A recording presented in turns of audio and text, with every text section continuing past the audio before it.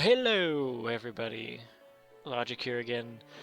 I am doing another Let's Play showcase kind of thing on VilleTown. Um, as you can see, there's been quite a few changes since my last devlog video. There's an in-game tutorial now instead of a tutorial that you just read. The sprites look quite a lot better, I would say. There are clouds and things like that. And when you click New Game, there's an actual intro sequence. So I have showed this in the quote-unquote trailer thing that I made on the channel. You can, if you want to look at it or read the text there, then go right ahead. I might be going a bit fast since it's on that video. But yeah, the story is pretty much just you're a group of pilgrims who have set out to settle a new land, and you've heard that there are bad things happening in this land, but you ignore that and come over here anyway. Let's see. So I'm going to be just playing a year, I think, and then I'll end this episode. What's new in this version? Well, since the trailer, there's been so many new things since the last devlog that there's probably too many to name or even remember at this point. But since the trailer, there's been a huge update where I've added events that happen. There's one event that randomly happens every year, and it picks from a random group of events. So you will never get these same events happening in every playthrough. Shoot. The reason I said shoot there was because you are guaranteed to get Hebium if you just mine the first one without building a second one. I don't know why I coded it like that, but it was to guarantee you at least see that this actually does something, because it can take a while for mining these things manually to actually give you something. But there you go. There was one. Oh wow. It is almost summer and I have 4 mines already. That's crazy. Okay. So yeah, I think... Oh, here we go. Here's the first event. This interface is very much a work in progress. These are probably... Well, it's not very much. This is probably what it's going to be. If you have any suggestions for what this center image could be, leave them down in the comments. But these are probably going to be curtains, like red show curtains instead of wood panels. But I will type mine. Oh, LAGIC. There we go. That's me. And then it says, well, hello there, logic, or whatever you typed in. And best of luck. So there you go. Oh wow, I completely forgot that the builder hut takes constant. Okay. But yeah, there are after the event occurs, what the event did will pop up in a little message board up here, and it'll show you usually what the effect is if you gain population, if you gain certain jobs, if you gain resources, things like that. Yeah.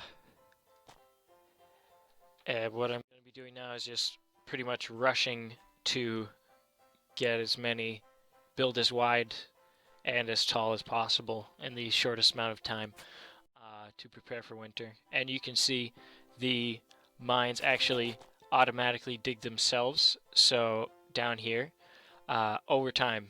So you will eventually just get resources from these as well as mines, but this is more to have something to do, like during winter or seasons where you're just researching and waiting for either population to fill in uh, or just waiting for enemies to see if they kill your base or not, because sometimes all you can do is wait and watch. But that is very different in this update because you have these abilities here. Right now, I have all of them unknown, but there are events that trigger that let you have those abilities if you choose to. There are choices in every event except for the naming event. So there's a choice of you can either perform the ritual to get the ability or reject it. And this isn't implemented currently, but there's a two-path system where you can either go the path of dark rituals and corruption to um, be more ingrained in the dark ways of the island, or you can abstain from that and just stay true to your roots and not do anything dark or evil like that. And both of those paths result in different endings. There are 3 possible endings, which may seem kind of weird because there are only two paths, but one of the paths results in something that can end 2 ways, and the other path just has one specific ending that is inevitable. So that is where the 3 endings comes from, 2 paths. And yeah. Oh, I need some forestries up here. Can't get too many though, because I still need swordsmen to defend against the wolves.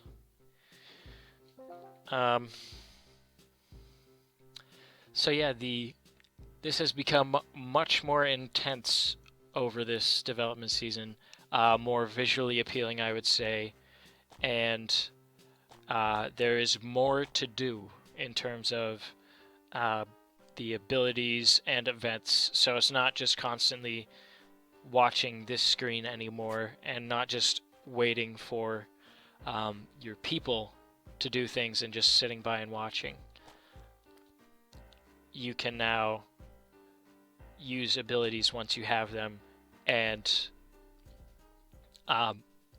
help protect your VilleTown against the villains. So what the abilities do is they are pretty much just one-off.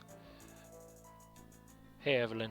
They are pretty much just one-off uses. You can use them once per year, and once you use them, they have to recharge until spring starts the next year. So you can use them during winter, and then the second spring hits, if there are any straggling enemies, you can use them again. But there are tons of different types of abilities. I'm probably going to add more than these 5. There may be 9 abilities by the end, but as of right now, there are only 5. And I don't have any yet. I will probably release a video that isn't just showing off or talking about the changes and showing off the changes. But this is going to probably be episode 1 of a Let's Play, maybe, of my own series. That's kind of weird to think about. Unless I die right here, which is very possible. I am terrible at my own game.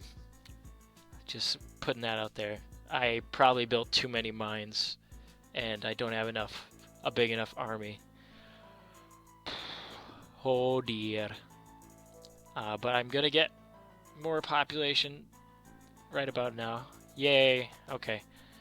I will probably survive now, but the population comes in 2/3 of the, or 1/3 of the way through the season and 2/3 through the season.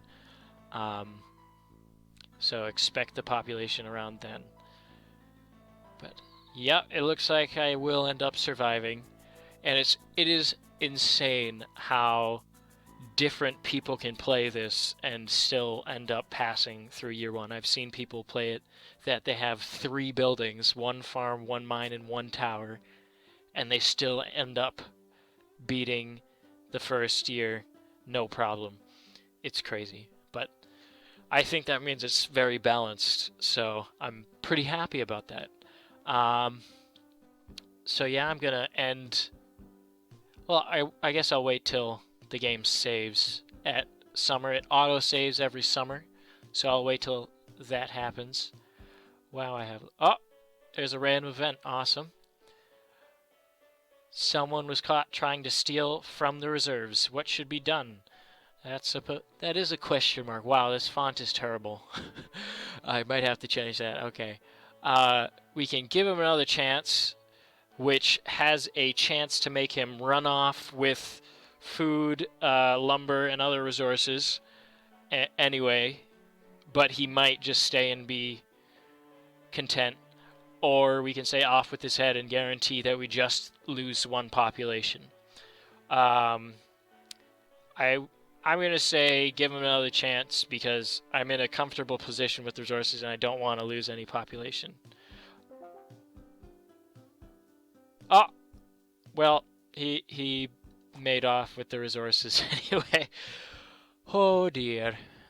Okay, so now I have 1 less population, 10 less lumber, and 4 less hebium, I think, and some less food. But he ran away. That's quite sad. But yeah, that was one of the random events, which was pretty cool to see. This is actually the first time I've seen an event in an actual playthrough. I've seen nearly all of them by testing, just using cheat codes and things. So, hello Gil. I should turn that off. Turn it off Steam. But, okay. So, yeah, I can go through and explain more things in detail in cheat mode probably in another video, but this video will just be probably, maybe, I say a lot of random, but okay. This will probably be episode 1 of a playthrough of VilleTown in this version. This is not the release version, but the first few waves are probably going to be the same as when they're released, so okay, I will catch you guys later.